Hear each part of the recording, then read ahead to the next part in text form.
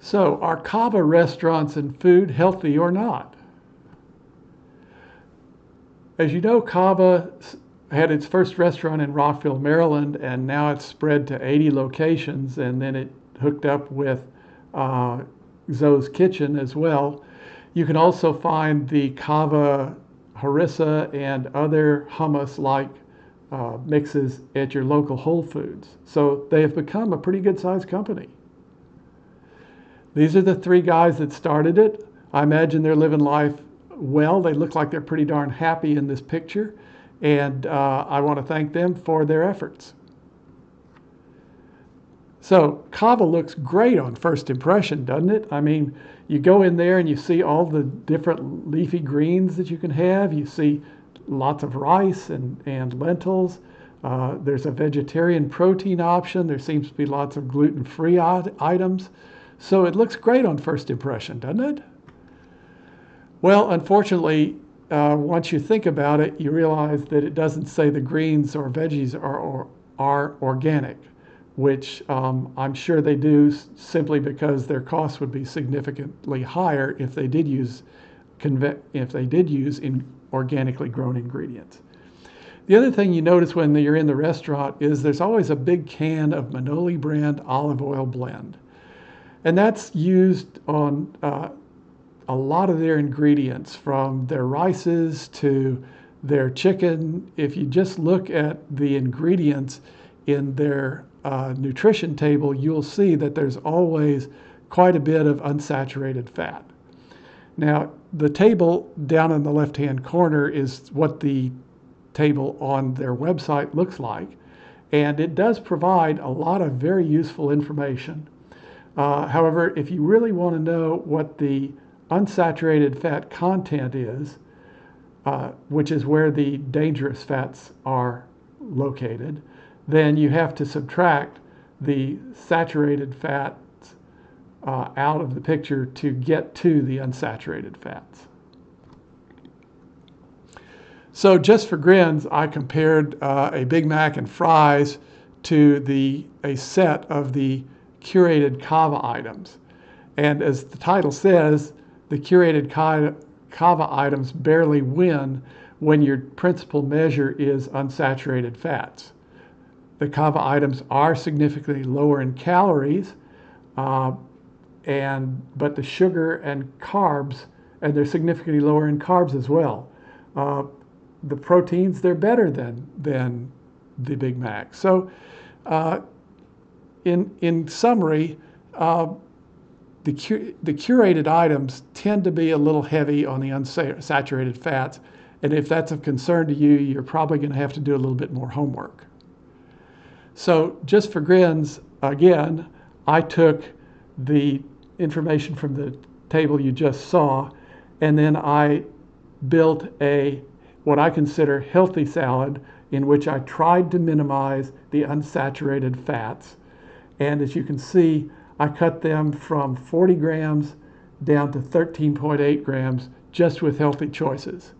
And as you recall, the Big Mac was about 46 grams of unsaturated fat. So you can really trim these things down if you're smart about it. And you can really limit the unsaturated fats if you work at it. So what's wrong with unsaturated fats? Well, unsaturated fats are primarily from seed oils, and you're going to find them in almost every restaurant and almost every processed food. And they're there for the one reason, that's to cut the costs. If instead they were using, say, extra virgin olive oil, the costs in all your food would be significantly higher, and that would not be good for everyone. So Napoleon III started this back in 1869. He was trying to develop a cheaper butter replacement for common citizens who were having trouble affording butter at the time, and so margarine was invented. As a result, he offered a prize, and somebody won the prize for inventing margarine. Well, that fast forward about 60 years, and Procter & Gamble came out with Crisco. Now, that was made from cottonseed oil, which is normally inedible, but they processed it enough to where they came up with Crisco, and they called it a shortening, and they marketed it as something to fry foods in.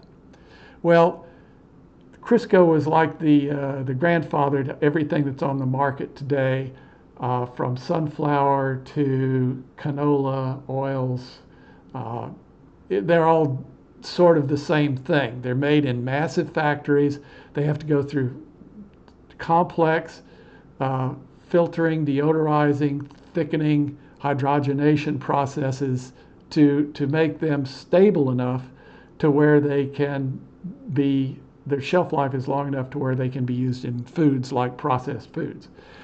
So it's not the processing, but all of these seed oils contain high amounts of omega-6 linoleic acid.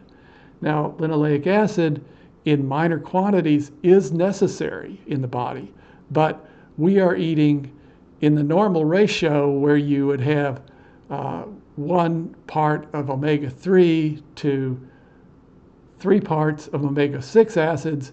If you total up your omega-6 now, most people are getting like 10 times that ratio, 20 times that ratio.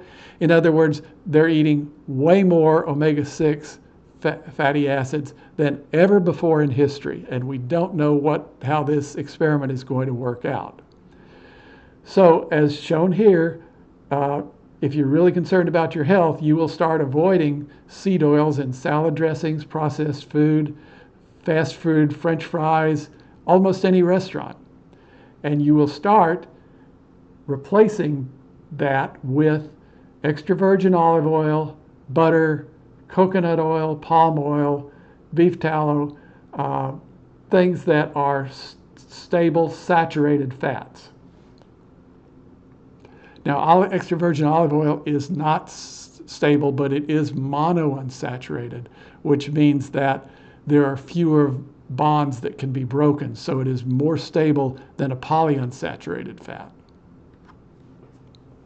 So, having learned all this, 6 months ago I sent the gentleman who owned Cava this email, and as you can see, let me just quote the second paragraph here. Health-conscious consumers will eventually be alarmed to learn the extensive metabolism-damaging properties of the excessive linoleic acid contained in all seed oils, as well as the cheaper grades of olive oil. So the science is now conclusive. I sent them this. They were very polite. They had an assistant reply to me and thank me for the information and the great idea and all of that, but nothing ever happened. So, bottom line, you can build it healthier at Cava with your own careful choices. So yes, Cava can be healthy, but it's up to you to make good choices. At least Cava provides good choices for you to make. But Cava does still need a low-fat protein choice to be consistent with their image. They do provide you the information you need on the website in terms of the nutritional table. And so all in all, Cava is kind of much better than most of the other fast food restaurant choices out there. And their Whole Foods products are on par with most of the others out there. So finally, I would invite you to thoroughly research linoleic acid and its connection to metabolic syndrome for more insight. Metabolic syndrome, as you may or may not know, is the precursor to diabetes, which leads to all kinds of other issues. So please do the research. Become one of the early adopters of the low linoleic lifestyle. So in conclusion, thank you for watching. Please like if I didn't waste your time.